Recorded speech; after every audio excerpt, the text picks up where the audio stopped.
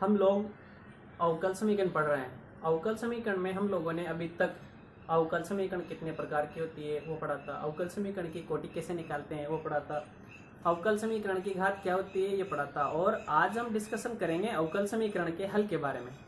अवकल समीकरण के हल 3 प्रकार के होते हैं: व्यापक हल, विशिष्ट हल और विचित्र हल। व्यापक हल में क्या होता है, 3 प्रकार के होते हैं। लिख भी लेते हैं क्योंकि कई बार हमारे एग्जाम में पूछ लेते हैं कि व्यापक हल को परिभाषित कीजिए, विशिष्ट हल को परिभाषित कीजिए और विचित्र हल को परिभाषित कीजिए। ऐसे डायरेक्टली क्वेश्चन आ जाते हैं 1-1, 2-2 नंबर के। तो हम डिस्कशन करते हैं। सबसे पहला व्यापक हल।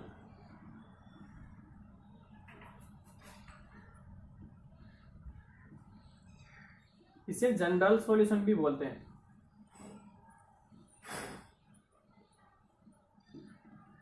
व्यापक हल क्या होता है? अवकल समीकरण का वह हल होता है जिसमें अचरों की संख्या उस अवकल समीकरण की कोटि के बराबर होती है। एक बार फिर ध्यान से सुन लीजिए।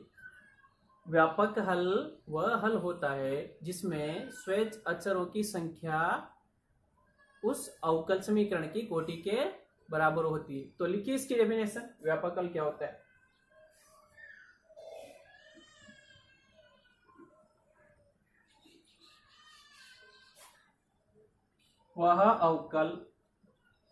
वह हल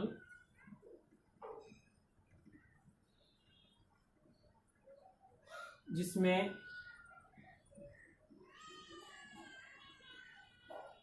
स्वैच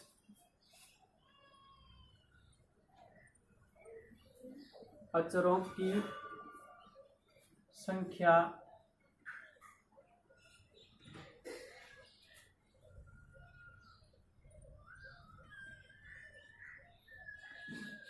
स्वैच अचरों की संख्या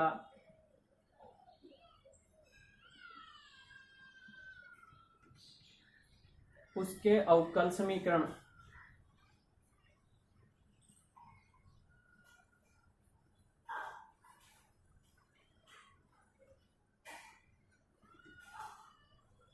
के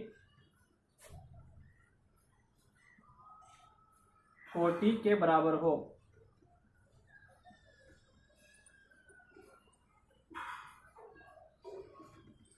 कोटि के बराबर हो व्यापक हल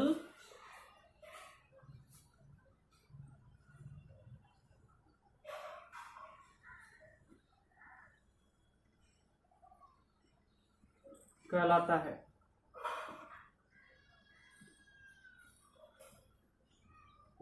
एग्जाम्पल लेके देखते हैं। सपोज हमारी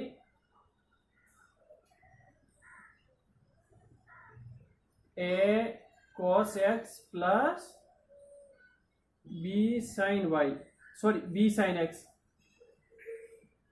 ये y equal to a cos x plus b sin y होता है,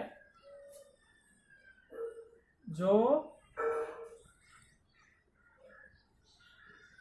b square y upon dx square plus y equal to 0 का व्यापक हल है।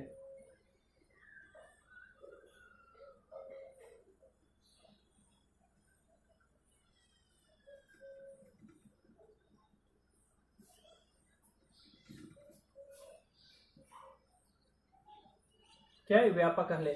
क्यों? देखो इस अवकल समीकरण की कोटि कितनी है, देखो कोटि 2 है और यहां पे स्वैच अचरों की संख्या भी 2 है।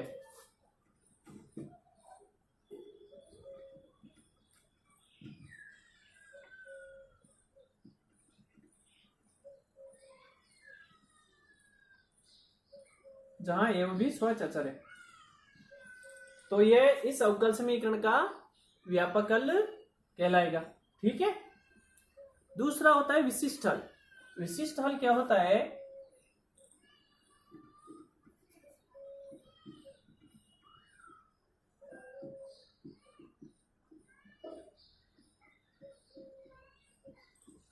विशिष्ट हल को हम पर्टिकुलर सॉल्यूशन भी बोलते हैं।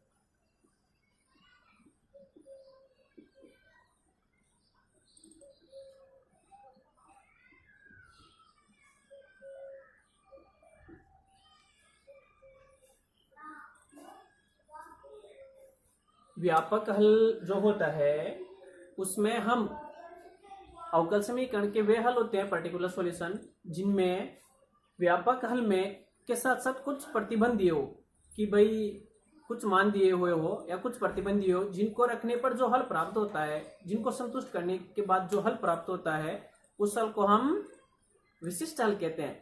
अर्थात कुछ विशिष्ट प्रतिबंध दिए हो या कुछ विशिष्ट मान दिए हो जिनको रखने के बाद में जो हल प्राप्त होता है उसे विशिष्ट हल कहते हैं।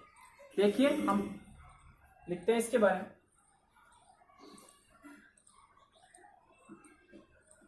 वह व्यापक हल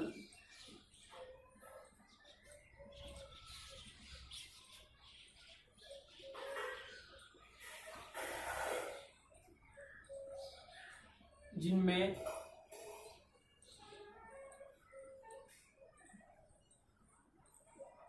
स्वैच अचरों के मान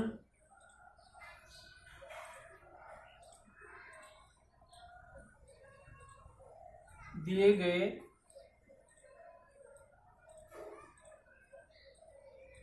प्रतिबंधों से ज्ञात किए जा सके।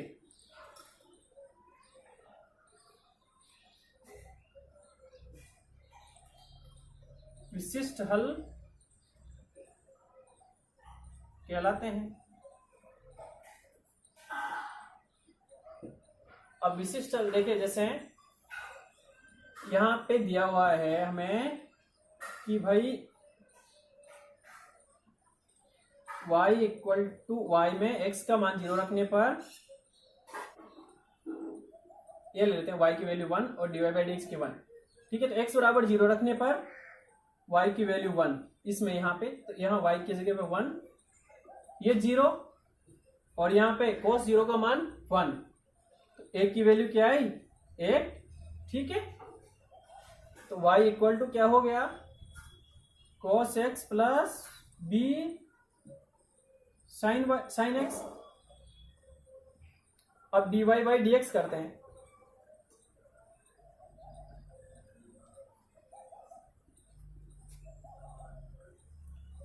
यहां पे dy बाई dx करेंगे तो क्या आया साइन x। ठीक है, b cos x हुआ नहीं, वो x की वैल्यू पाई बाई 2 रखने पर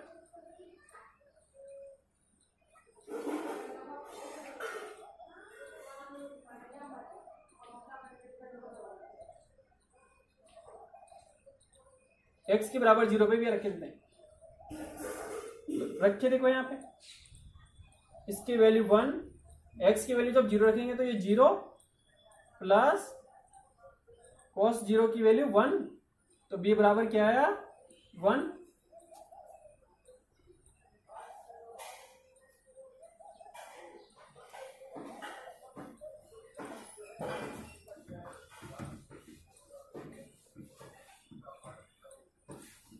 ये होता है। अब इसको dy बाई dx करेंगे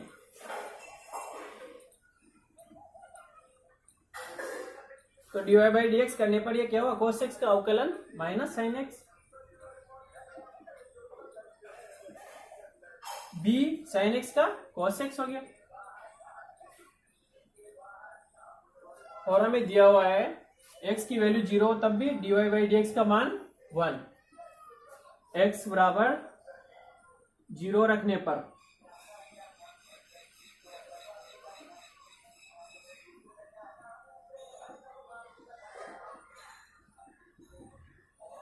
वन, तो रखो यहाँ पे 1 0 प्लस b cos 0 का मान 1, यहां से क्या है b की वैल्यू भी 1 आई नहीं आई। ठीक है, और a की वैल्यू भी हमारी क्या है यहाँ पहले 1, अर्थात नया हल क्या हुआ y equal to sine x plus cos x। तो ये हल आया। हमें कुछ कंडीशन से हल करने के बाद में स्वैच अचरों को विलुप्त करने के बाद में उसे हम क्या बोलेंगे विशिष्ट हल। ठीक है, अब पढ़ते हैं हम विचित्र हल के बारे में, उसे बोलते हैं सिंगुलर सॉल्यूशन। सिंगुलर सॉल्यूशन वे होते हैं जिन्हें हम व्यापक हल से प्राप्त नहीं कर सकते, अर्थात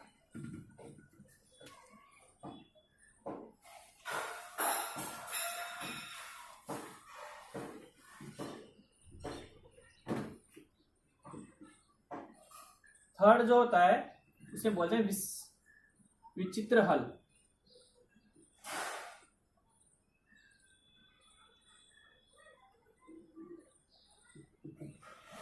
सिंगुलर सॉल्यूशन।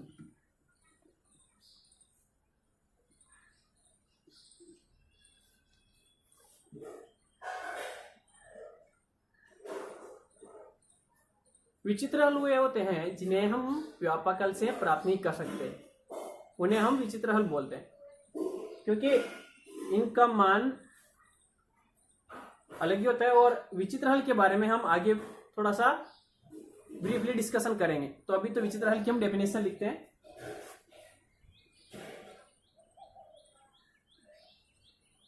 वे हल जो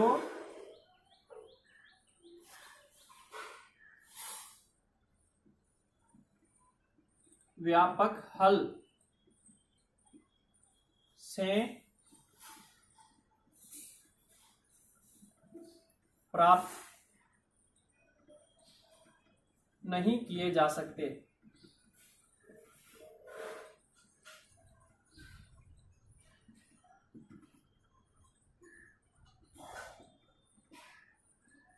विचित्र हल कहलाते हैं।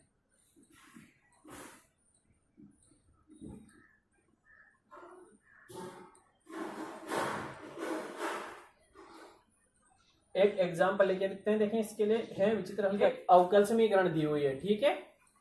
इसका विचित्र हल है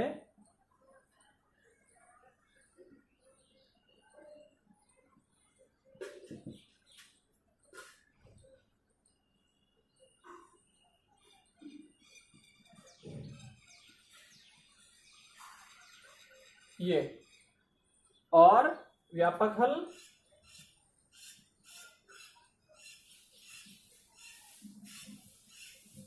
y equal to cx plus a square root 1 plus c square, ये इसका व्यापक हल है। देखो यहाँ पे एक ही कांस्टेंट है, क्यों? क्योंकि ये क्या है, एक कोटि की अवकल समीकरण है, अतः यहाँ पे स्वेच्छ अचरों की संख्या भी एक ही होगी, क्योंकि स्वेच्छ अचर c है यहाँ पे। और ये इसका विचित्र हल है। विचित्र हल कैसे निकलते हैं आगे डिस्कशन करेंगे इस चीज के बारे में।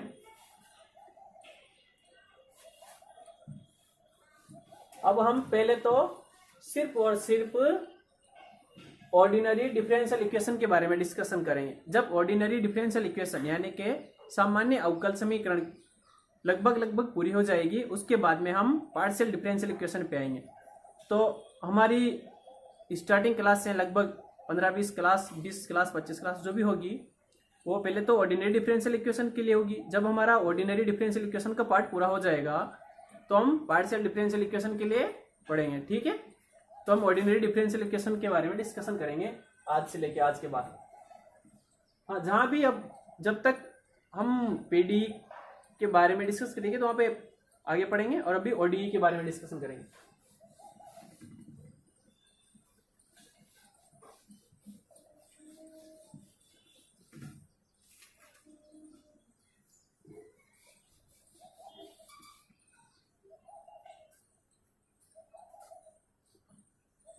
तो टॉपिक डालो ओडीई,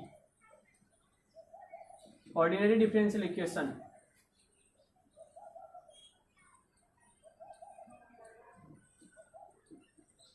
के प्रकार।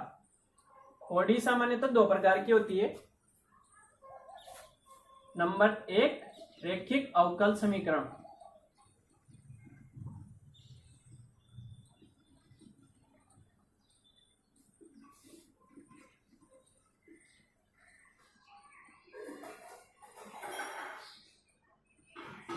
उसके अवकलज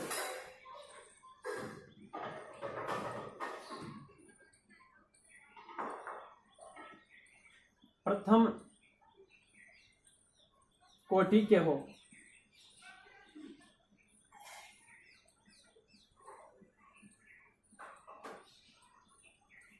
तथा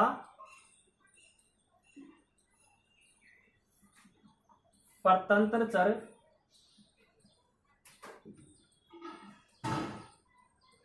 और उसके अवकलज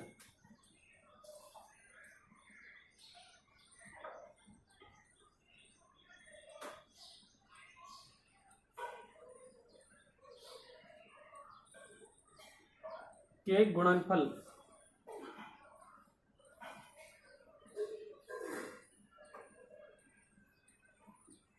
विद्यमान न हो।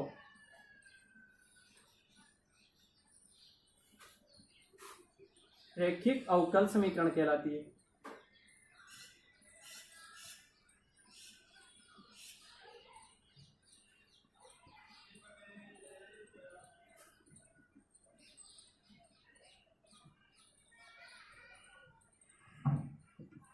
ठीक है, एग्जाम्पल के लिए लिख के देखते हैं। D square y p x square plus d y by d x x plus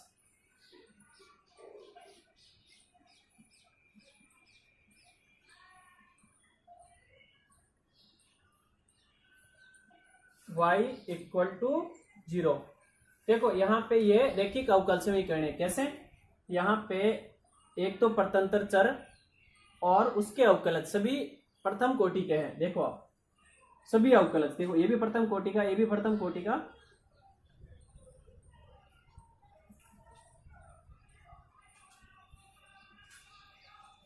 sorry प्रथम कोटि नहीं, प्रथम घात,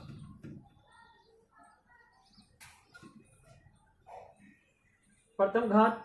और कहीं भी परतंत्र चर और उसके अवकलज का गुणन विद्यमान नहीं है।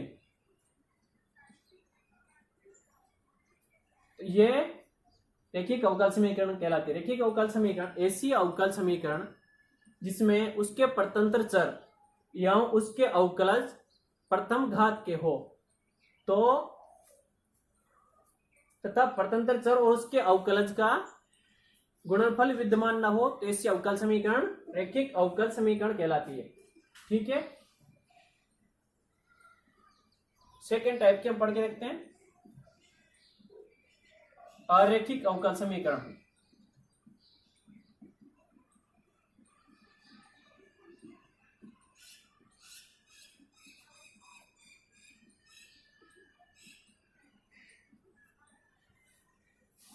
वे अवकल समीकरण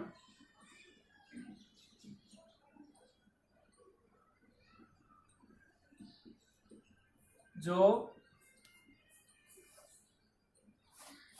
रैखिक नहीं होती, रैखिक अवकल समीकरण नहीं होती,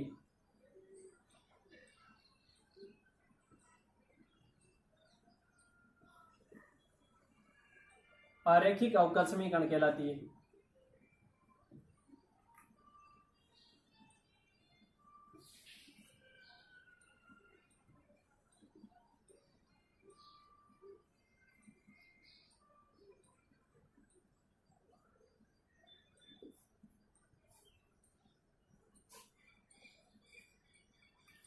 एग्जाम्पल के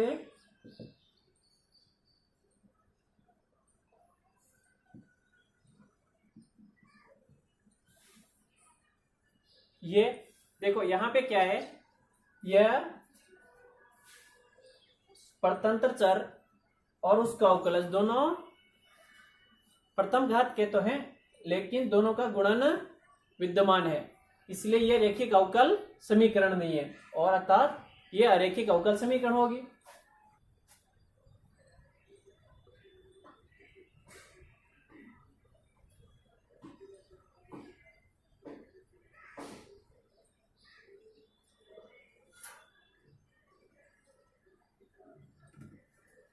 ये अरैखिक अवकल समीकरण के उदाहरण हैं। नेक्स्ट क्लास में हम प्रथम घात व प्रथम कोटि के अवकल समीकरण डिस्कस करेंगे, उनकी विधियों के बारे में डिस्कस करेंगे और कुछ क्लास से प्रथम घात और प्रथम कोटि के अवकल समीकरण की ही चलेगी। ठीक है, आज के लिए बस इतना है। Thank you.